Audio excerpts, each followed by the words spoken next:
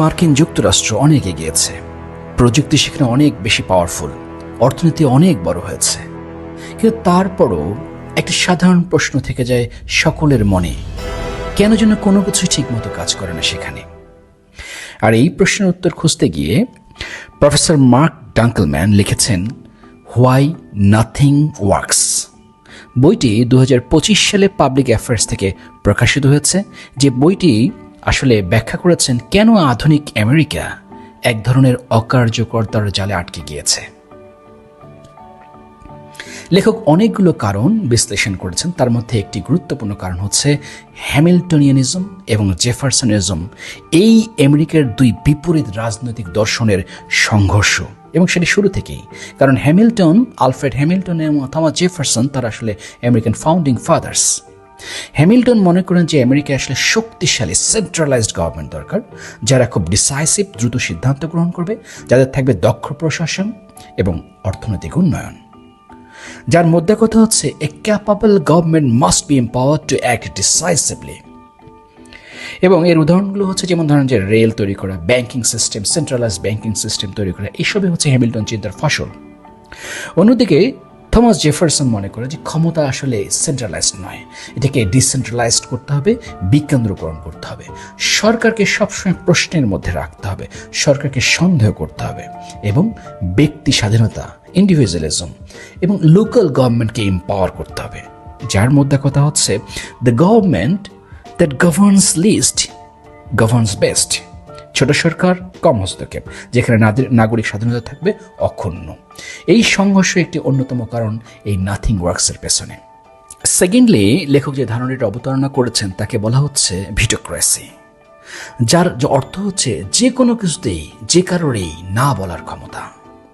লেখকের মতে too many people have the power to say no and too few have power to say yes. এই না বলতে বলতে আসলে কোনো কিছুতেই আর মানুষ উৎসাহিত হয় না, সরকার উৎসাহিত হয় না কাজ করতে। অন্যদিকে গণতন্ত্র রক্ষার জন্য আমেরিকা অনেকগুলো গার্ড রেল, এইগুলো সেফগার্ড তৈরি করেছে, কিন্তু কিছু কিছু সময় এই সেফগার্ডের গার্ড রেল আসল কাজকেই ব্যাহত করছে। যেখানে লেখক বলছেন we build সেফগার্ডস to protect democracy but those সেফগার্ডস now often paralyse it. Why nothing works এই বইয়ে লেখক আরেকটি কথা বলেছেন, সেটা হচ্ছে বিংশ শতাব্দীতে মানে এত বেশি রুল বেসড, ল বেসড, অর্ডার বেসড করতে যেয়ে এত বেশি আইনকানুন করা হয়েছে যে আসল কাজটা করাই অনেক বেশি দুঃসাধ্য, কঠিনতর হয়ে গেছে। লেখকের মতে যে in trying to prevent government from doing harm we have made it nearly impossible for it to do good. আরেকটি পরিধানযোগ্য বিষয় যে আমার এই বই থেকে আমার কাছে চোখে ধরা পড়ে, সেটা হচ্ছে চেকস অ্যান্ড ব্যালেন্স এবং প্রজেক্ট অ্যাপ্রুভাল। এর এই যে মানে থরে থরে লেয়ার, গন্ডায় গন্ডায় স্টেক হোল্ডার, এসবের কারণে সিদ্ধান্ত নেওয়ার ক্ষমতা চূড়ান্তভাবে দুর্বল হয়ে গেছে। যেমন ধরুন, যে কোনো সিদ্ধান্ত নিতে গেলে হয়তো পরিবেশ অনুমোদন, স্থানীয় অনাপত্তি, ব্যক্তি অনাপত্তি, আইনি চ্যালেঞ্জ, এই সবগুলো কাঠখড় পুড়িয়ে দিন শেষে আসলে সিদ্ধান্তটি নেওয়া হয় না। আমেরিকায় এই প্রক্রিয়াকে লেখক বলছেন the process has become the product, যেখানে কাজের চেয়ে প্রক্রিয়াই বড় হয়ে গিয়েছে। ইনফ্রাস্ট্রাকচার ক্রাইসিস আজ মার্কিন মূল্যকের বড় বাস্তবতা। অ্যাফোর্ডেবল হাউজিং সহ নানাবিধ প্রজেক্ট, নানাবিধ আরবান প্ল্যানিং এ ডিজাইন মার্কিন মূল্যকে মুগ্ধ করে পড়েছে এই ধীরগতির জন্য, অতিরিক্ত জটিলতার জন্য এবং অত্যাধিক অনুমোদন স্তরের কারণে।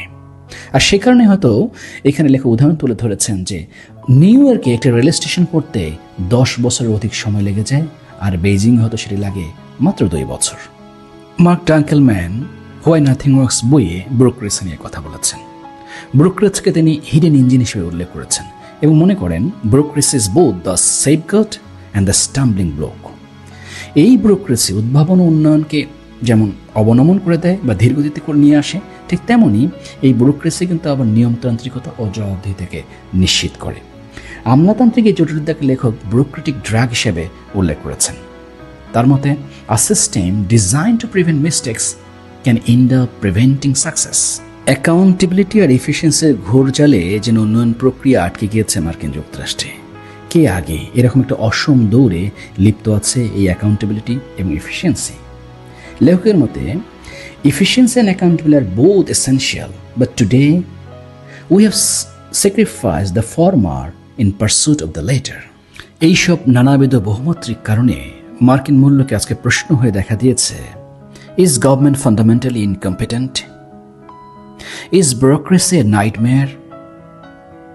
আমেরিকার ইংলিশ ল্যাঙ্গুয়েজে যখন কেউ বলে যে I am from government, I am here to help you, এর থেকে নাকি বড় কোনো হিউমার বা জোক নেই। এইসব কালচারাল অ্যাভার্সারের কারণে প্রোগ্রেসিভিজম একটা স্থবির অবস্থান নিয়েছে বা মুক্ত ভরে পড়েছে মার্কিন মূল্যকে। এটাই মনে করেন লেখক মার্ক ডাঙ্কেলম্যান। হোয়াই নাথিং ওয়ার্কস বইয়ে শুধু সমস্যাগুলো চিহ্নিত করা হয়নি, কিছু পরামর্শও দেওয়া হয়েছে।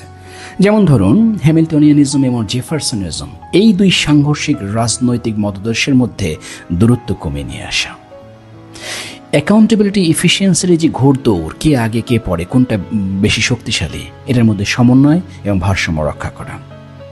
আরেকটি বিষয়, এই যে ভিটোক্রেসি, যে ভিসিয়াস সাইকেল, এই সকলেই সব কিছু গভর্নমেন্ট কোনো ইনিশিয়েটিভ নিলেই না না না না যে করা, সেখান থেকে বেরিয়ে এসে ইতিবাচক কাজগুলোকে সমর্থন করার কথা উল্লেখ করেছেন লেখক মার্ক ডাঙ্কেলম্যান।